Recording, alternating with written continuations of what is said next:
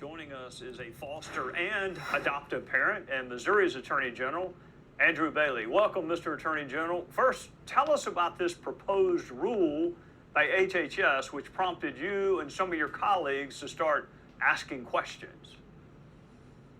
Well, this is another example of President Biden's attack on religion. He wants to relegate Christians to second-class citizen status and deny them opportunities to open their homes to children most in need. And so we're fighting back. I'm proud to have partnered with 18 other like-minded state attorneys general to put a stop to it. The Supreme Court has rejected this kind of certification requirement by government officials in the past in order for foster parents to open their homes to kids on free exercise of religious grounds. And so President Biden knows this violates the Constitution, and we're going to hold him accountable. And he's not going to be allowed to use foster kids, the kids most in need of care, as hostages in his attempt to push a radical left-wing transgender ideology.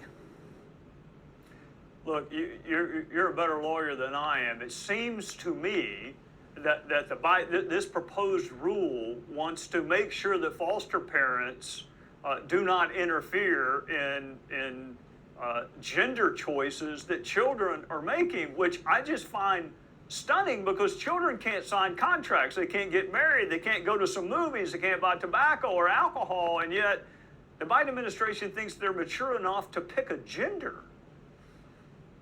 Yeah, well, it violates the Constitution because, again, the government can't require some oath of allegiance that runs afoul of these foster parents' core religious beliefs. So it's a First Amendment problem, but it's also a practical problem. I mean, state statute applies a reasonably prudent parent standard for foster parents. And so those parents need to be allowed to parent consistent with their values and in the best interest of the child, not in the best interest of some bureaucrat in Washington, D.C.'s radical left-wing agenda.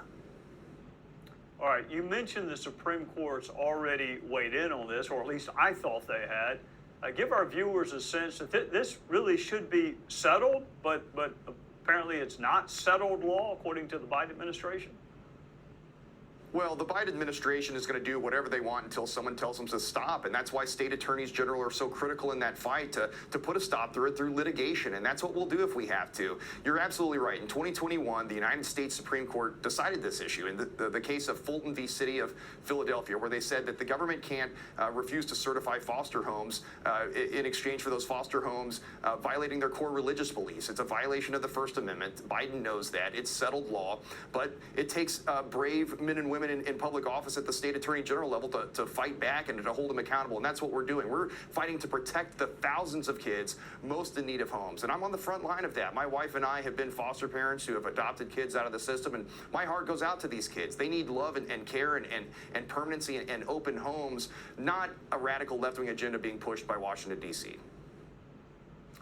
I think you put your finger on it, Mr. Attorney General, and admittedly, sometimes I get distracted during the sermon on Sunday mornings, but I'm pretty sure the great commandments are love God and love your neighbor as yourself, and loving a child does not mean letting that child do whatever he or she wants to do. It just seems like they are making it really, really hard for good people who have religious beliefs to want to get involved and do something as admirable as being a foster parent. But thank you and your wife and your family, and thank you for writing the letter and for shedding some light on it on a Sunday night for us. Thanks for covering this important story and for having me on.